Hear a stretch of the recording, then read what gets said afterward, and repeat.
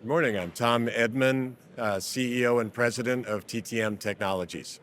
For TTM to achieve carbon neutrality by 2040, and if you then dissect that in terms of areas of focus, for us, it's water usage and increasing recycling, and then greenhouse gas emission, which for PCB is not a major area, but it's still an area of focus overall. So trying to reduce our greenhouse gas emission, and then hazardous waste. And we today already recycle over 90% of our hazardous waste. We need to continue to increase the amount that we recycle.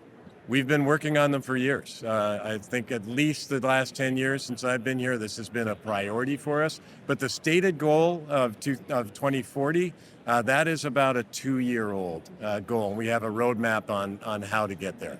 So number one, I think IPC is doing a great job here, bringing the industry together, the electronics manufacturing industry. IPC plays a critical role in that.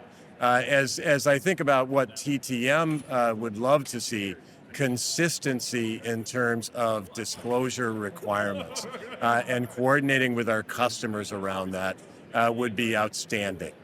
Yeah, the whole industry would love to have a little bit more consistency so we knew what the goal is that we're shooting for. Absolutely agree. Absolutely agree.